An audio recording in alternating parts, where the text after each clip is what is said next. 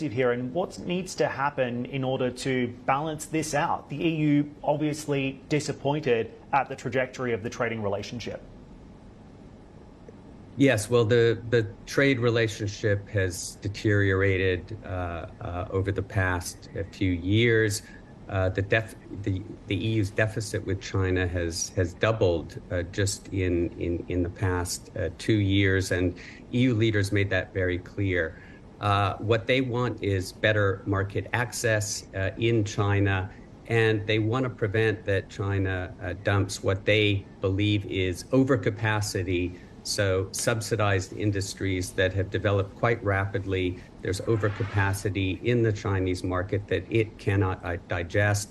And with other markets like the U.S. closing up, there is a risk that these products are sold, exported to the European market at cheaper prices. So this is the big concern, and the EU has transmitted this message to Chinese leaders. Whether China is going to address these concerns, I think the jury is still out on that. Yeah, indeed, I would agree with you. Noah, just before I let you go, as we look ahead to 2024, what's the biggest risk or flashpoint in the China-EU relationship? What should we be watching? Well, I think the EU is unveiling a derisking strategy, trying to put some red lines in the economic relationship with China. It has also launched an anti-subsidy investigation into imports of electric vehicles from China.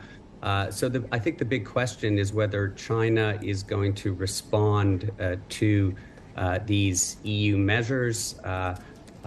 China, coming out of the summit, was trying to present a picture of unity between the EU and China, but there is a risk of a tit-for-tat downward spiral in the relationship. We'll have to see. We have elections in the EU and the US, and those will play an important role in China's calculation.